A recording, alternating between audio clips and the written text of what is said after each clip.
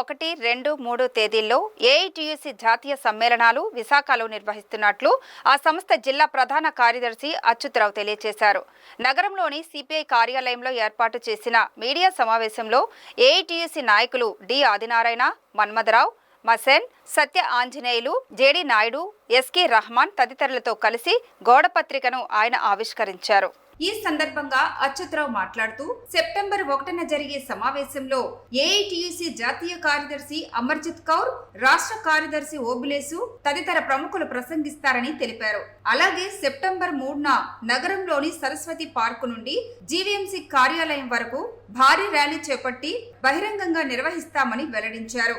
ఈ కార్యక్రమంలో జాతీయ, రాష్ట్ర సమస్యలపై చర్చ జరుగుతుందని పేర్కొన్నారు. ముఖ్యంగా విశాఖ స్టీల్ ప్లాంట్ ప్రైవేటీకరణపై కేంద్ర ప్రభుత్వం వైఖరిని ఎండగడతామన్నారు. ఈ విశాఖ నగరంలో సెప్టెంబర్ 1, 2, 3 తారీఖుల్లో స్టీల్ ప్లాంట్ గురజాడ కళాక్షేత్రంలో జాతీయ సమ్మేళనాలను నిర్వహిస్తున్నాం. ఆ సమ్మేళనాలకు సంబంధించి సుమారుగా దేశవ్యాప్తంగా 500 మంది ప్రతినిధులు హాజరవుతున్నారు.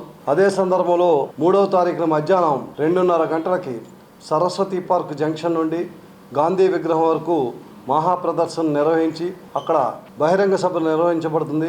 ఆ బహిరంగ సభలో జాతీయ కార్యదర్శి మా కామ్రేడ్ అమర్జిత్ కౌర్, రాష్ట్ర కార్యదర్శి కామ్రేడ్ ఓబులేస్ వీరందరూ పాల్గొంటారు.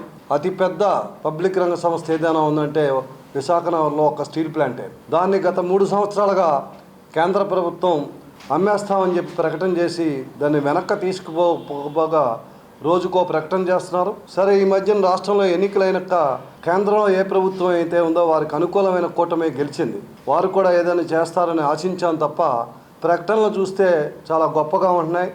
స్టీల్ ప్లాంట్ టెంట్ దగ్గరికి అన్ని రాజకీయ పార్టీలు వచ్చారు. అందరం మేము పబ్లిక్ రంగ సంస్థగానే కొనసాగిస్తామని చెప్తున్నారు తప్ప ఆచరణలో ఎక్కడ అది సాధ్యమయ్యే పరిస్థితి కనబట్టలేదు. కాబట్టి ఆ పోరాటాన్ని ఉధృతం చేయవలసి ఉంది.